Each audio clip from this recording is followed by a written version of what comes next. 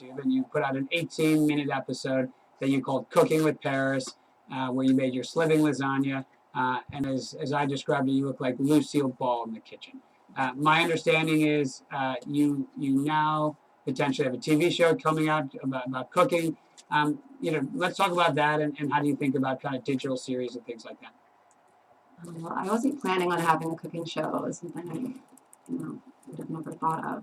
But during quarantine, I was cooking, and then all the networks started calling when they saw it.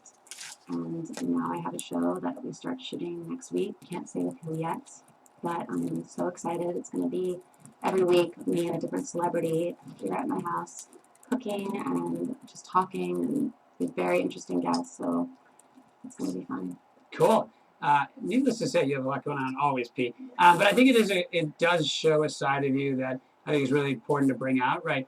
You are constantly innovative, constantly thinking. I think that's a great example and something a lot of brands can learn from in the sense that you had no intentions to have a cooking show, right? But you filmed some content, you put it out on YouTube, and you were just blown away by the reaction of both the media as well as your fans. And all of a sudden, you kind of tested it and you decided to scale it. So I think kudos to you. And the other thing I know you're up to is a live TikTok show. Will you talk to me about that for a second?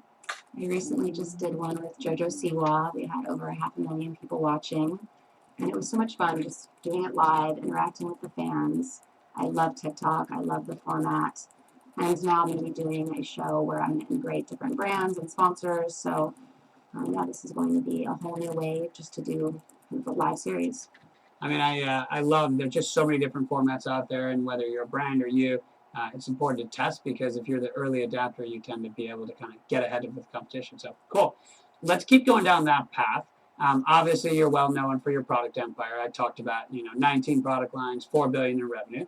But now, when you hear you talk, you've obviously been very much focused on the media side of your business, right? An audio company. Obviously, you continue to do television and film. I think ParisHilton.com is launching in a week to kind of work more with emerging brands. But talk to me about why the media, and not to mention things like the TikTok live show, but why is the media side important? Is it so you can kind of work with other brands, or why that? Because formerly you focus a lot more on products. Yes, I'm building an integrated media and product platform.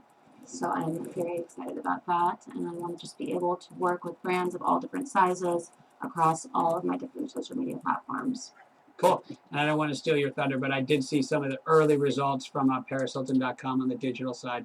And it was fun to see how having somebody like you attached to kind of some of the paid media can really supercharge these brands. So it'll be fun to watch you work with emerging brands on things like ParisHilton.com all the way to, obviously more mature brands, whether it's across your podcast or kind of other channels. So that's cool. So obviously all of us know Paris Hilton is forever young and forever 21.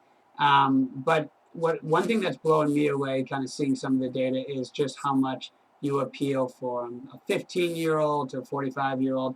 How do you think about your demographic in terms of who you reach or who your fans are? It makes me so proud that my demographic is so huge. There's people all around the world, and especially notice it when I do different signings for my fragrance or my other products. And just seeing the ages, it could be like a 4-year-old and then a teenager